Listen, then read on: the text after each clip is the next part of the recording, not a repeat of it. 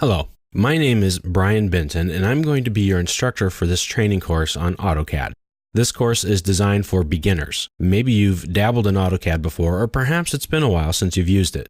Either way, the course assumes that you know nothing about AutoCAD, so don't worry. Each course builds on the previous one, and several chapters have projects at the end of them.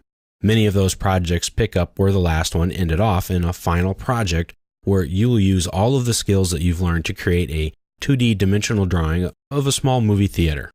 Over the course of the next few hours, I'm going to show you how to create CAD drawings from scratch, how to edit them, print them, and make digital versions that you can email to clients anywhere across the globe.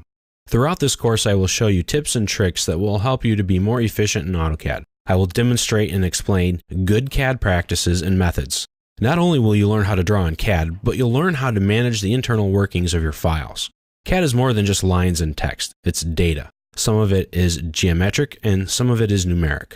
In this course, you will learn how to draw and how to draw accurately. This course will give you a good foundation of skills that you'll be able to take along with you and into many different design fields. There are many projects throughout this course that build upon each other. In the end, you're going to take these projects and use them for a final project. This video will show you how to start a file from scratch, what tools to use, and how to use them. We'll also look at something called blocks that allow you to recreate similar objects over and over again without ever having to redraw them. You will get to learn how to use different editing tools that will allow you to change the line work in your drawings. Text and dimensions are also key points in AutoCAD that we will cover. I will show you how to manage their many settings so that you can annotate your drawings according to your needs.